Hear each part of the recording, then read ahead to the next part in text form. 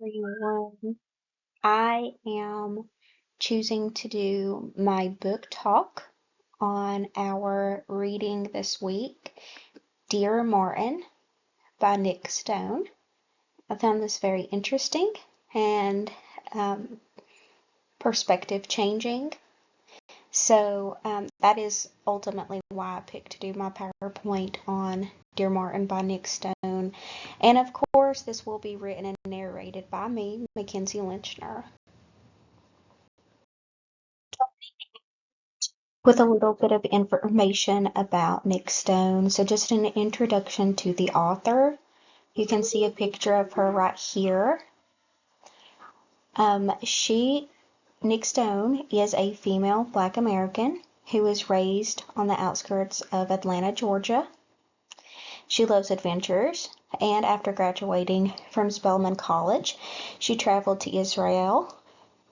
There she worked in teen mentoring for a few years before returning to the United States. Stone was able to focus on her writing full-time, incorporating various cultures, experiences, and backgrounds to give a unique perspective. And I think this is interesting for a few reasons. First, so she loves adventures, and after graduating from Spelman College, she traveled to Israel. And there she worked in teen mentoring. And as we have read Dear Martin, this seems more, like teen oriented, with the main character being a teen himself and his friends. I think that's interesting. Maybe this teen mentoring did give her a unique perspective about, what to incorporate in these books. And she was there for a few years before returning to the United States, where she ultimately was able to focus on her writing full time, which gave us the novel Dear Martin. And she did learn from various cultures and experiences and backgrounds. And we kind of see this as we go further into the PowerPoint. I'll touch more on it, but we see this in Dear Martin. I think very blatantly. So yes, this is Nick Stone.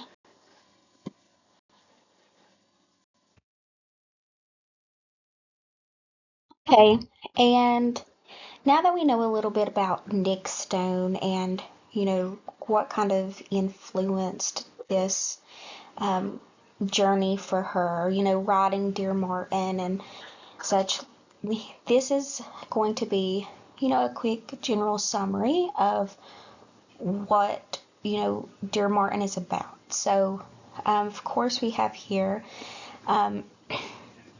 Nick Stone's Dear Martin is a contemporary novel addressing topics of racism, prejudice, and justice. Justice McAllister, a young Black teenager, struggles to fit into his prep school. So we will, touch on his characteristics later. He faces being the minority, in a primarily white-dominated school, and experiencing discrimination from a few of his peers. After a racist cop arrests him, he begins writing letters to Dr. Martin Luther King Jr., attempting to cope with his PTSD. Although his life drastically changes after his acceptance into an Ivy League college that we know is Yale, the death of his best friend, Manny Crawford, and his newfound love, Sarah Jane, Justice is challenged to find out where he fits into this unfamiliar world, one of both hardships and hope.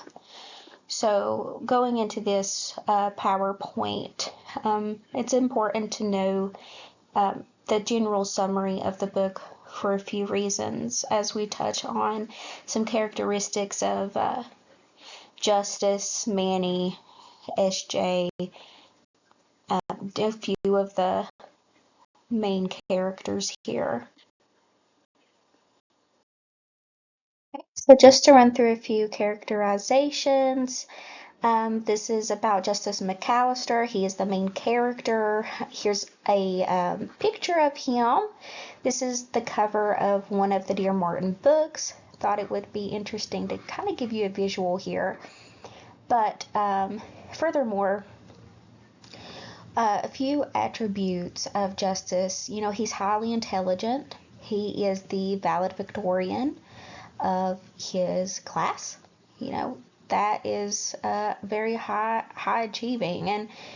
And even more than that, he is self-reserved, quiet, doesn't start drama, that isn't really, you know, trying to be in drama. Just staying to himself. He's self-assessing. An example of this would be his Dr. King letters, as Dr. King was a vital piece of African American history. You know, with his peaceful protests, it is clear Justice looks up to him in a very idolizing way. Quiet, which kind of goes in with self-reserved. Loyal, very loyal to his friends and family, not wanting to upset his mom, being there for Mello even when she's drunk on the side of the road. And he is impressionable. You know, he does take in a lot of different views and opinions, and you know, sometimes they influence what he does. So this is Justice McAllister. Okay, next we have Manny Rivers. Manny is Justice's best friend. A few of his characteristics would be loyalty. He's very loyal to his friends and family, and very wise. He, you know, offers, and sometimes doesn't offer, just gives unsolicited advice to Justice, you know, trying to steer him in the way that he sees to be the correct way to go. An example of this would be when Justice gets back in a relationship with Mello, and he basically is like, no, you don't need to be with Mello. Mello isn't good for you. She's the worst thing that ever happened to you. And in a way, he was right. Conflicted.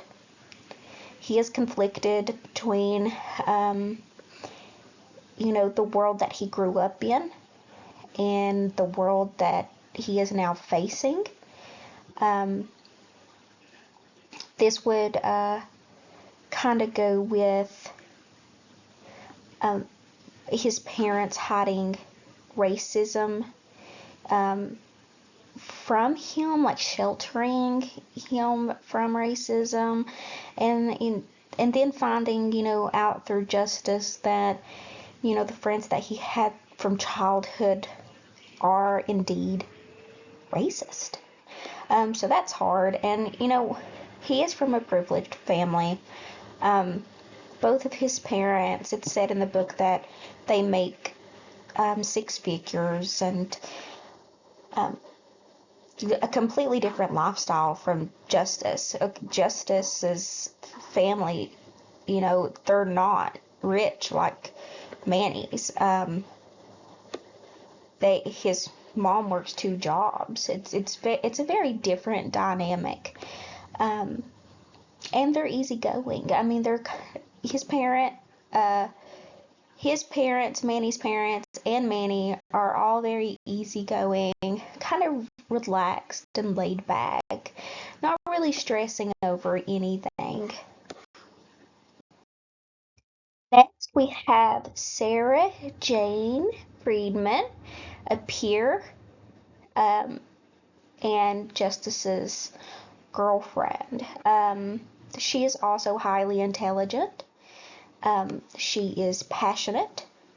She has a passion, especially that we can see in Doc's class when she goes into large debates with Jared.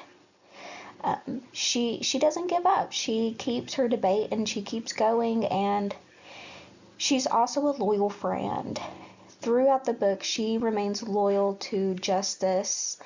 You know, despite what drives that, she remains a loyal friend to him even when the goings get hard. She is outspoken, like I mentioned in Doc's class. She doesn't really hold back. I mean, she wants to tell you what she has to say, and sometimes she can go about it in a almost fighting way. Like, she just gets so passionate about uh, her perspective, her view, and like I said up here, she's a loyal friend, but she's also supportive. She tries to be there for the people that she cares about. So this is exactly the type of person Justice would need, and I feel would be naturally drawn to. The antagonist, Jared Christensen, a peer of Manny's and Justice's. He is entitled. He comes from a wealthy family, but he acts entitled, and he's smart. He has a high ACT score, but he is arrogant and insensitive towards especially racism, seeing things just one way. Possibly learning that from his parents, monkey see, monkey do. But yeah, he definitely is insensitive, especially towards Manny, who is a black teen. Okay, next we have Dr. Jarius Doc Rivers, which is the teacher. We have a little picture over here because I thought this fit him so well, because he is a mentor to the kids, to his students. I mean, he is, I feel like he offers all of these things. That is the specific reason I picked that image out. He is a mentor, he's wise, he talks from experience, and he offers good advice while encouraging students to be the best that they can be and move forward in a peaceful way. He acts as a moral guide, like a moral compass for Justice and the students, somebody that they can go to for advice. And he's empathetic. Like I said, he does talk from experience, and he tries to empathize with what the students are going through currently, especially when he visits Justice. He shares a few of his moments in his life that might be able to help guide Justice in a better direction. So yeah, he definitely, Doc definitely plays a mentor here, and it's good to see because the kids really needed a mentor, and they seem to really benefit from his character. Okay, so now that we have covered most of the main characters here, enough to understand what Dear Martin is about, there are a few general themes I would like to talk about. So throughout the novel, various themes are introduced, one of which is racism. I think this is the most blatant, the most upfront. The book covers a lot of aspects about racism,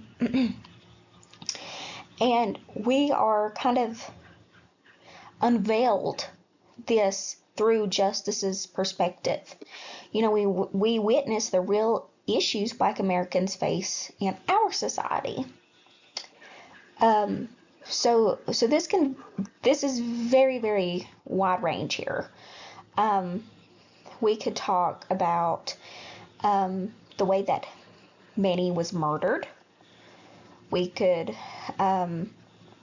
talk about how, at Halloween when Blake dressed in the KKK costume, was racist. It's very wide-ranging. The book is very, very, very heavy on this subject. Another theme is friendship. So through Justice's relationships, we can see threads of loyalty and the challenges that come with them. Okay, and this would be kind of, again, Manny. When I read this sentence, I think of Manny. I think about how, you know, Justice was loyal to Manny throughout most of the book, and Manny had friends that Justice perceived as racist and insensitive, and they had been Manny's friends for a long time, and that creates challenges for Justice and Manny. And another general theme is parental influence. So I think this is probably one of the biggest ones for me. So it illustrates how their opinions and silence impact their children's decisions and perspectives. So just to kind of get off the Manny trail here, let's talk about Justice's mother. So Justice's mother, she's a single mother. She works 2 jobs, but she is also prejudiced. She is not accepting of the relationship Justice has with SJ, Sarah Jane, because although she is Jewish, if it looks white, it is white. And that creates a barrier between Justice and his mother. And ultimately, he does choose to upset his mother and stay with SJ. Okay. So my personal assessment of the novel, I really enjoyed reading Nick Stone's novel, Dear Martin. That is true. I appreciated the varying perspectives and insight on such delicate topics because it's almost like taboo to talk about for some people. And I think getting it out there and putting it on the front lines and making it into a teen book is an awesome way to address these topics such as racism. And from Justice to Jared to Manny and so on, there are many different views that enrich readers' minds, possibly change your mind, could be perspective changing, just to kind of see what each character goes through personally. Specifically, I liked the use of Justice's letters as he sought to better himself and the world by reflecting on what would Martin do. That is such a mature thing to do as a teen, is to say, like, how can I get better? How can I do better? How can I help being one person in a society that still is affected by racism? Overall, I felt like I was watching a TV series. That is true. I remember going to sleep and waking up and saying, like, I just felt like I needed to get on Netflix and watch a show, and I was like, no, I'm actually wanting to read this book. So that was very pleasant, because the images played off the pages effortlessly. Okay, moving on to classification. Would this be young adult literature? In my opinion, after having taken this class, I would say yes. I would say Dear Martin should be classified in young adult literature if it isn't already, since the story features a teenage protagonist, a mostly educational setting, and somewhat absent parents. These are just a little thing that just supports my stance. The novel focuses mostly on teen issues, demonstrating the in-between childhood and adulthood. So yes, absolutely, I would classify this as young adult literature. Okay, and here we are going to talk about the writing style. In my opinion, Nick Stone's writing style in Dear Martin is targeted towards teenagers. She uses an epistolary structure with her inclusion of Justice's letters to King. Her dialogue is modern, using up-to-date references to proof points throughout the novel. In addition, she also employs news reports, adding a unique spin to traditional storytelling. The dialogue between characters is very realistic, with a deep utilization of emotions within the words. Stone gives each character a true and fitting persona with her understanding of their role in the novel. And I think it's just, interesting to see her writing style is up to date. She uses, modern slang and music to make some of her points within the book. So, yes, her writing style is very unique, and I like that it's contemporary. It is. I mean, it is more modern, and that is very relatable. I think her writing style is very relatable. And would I recommend it to this class? Would I recommend it to a class, it as in the novel? Would you teach this to students, and at what age level? So, yeah, I would recommend Dear Martin to, I would think a 12th grade English class would be appropriate. I think the mention of sex, gangs, violence, etc. is the primary reason I believe 12th grade is appropriate. By this time, seniors are preparing to venture into the adult world where heavy subjects are not filtered. In my experience, seniors have been exposed to these topics for a couple of years, before becoming seniors, so they should have a more complete understanding of the novel's points. I loved reading this book. I think this book was awesome. And this, for me, I would rate it for 12th grade because they're preparing to set off into the world. Well, things are not filtered through here. I mean, you don't have, schools picking what you can and can't read and things like that. I mean, you can go to the library and check out just about anything. So, I believe this is kind of a novel that could be used for preparation. And so, yeah, I think that this is 100% a good novel to teach to students. It's relatable, modern.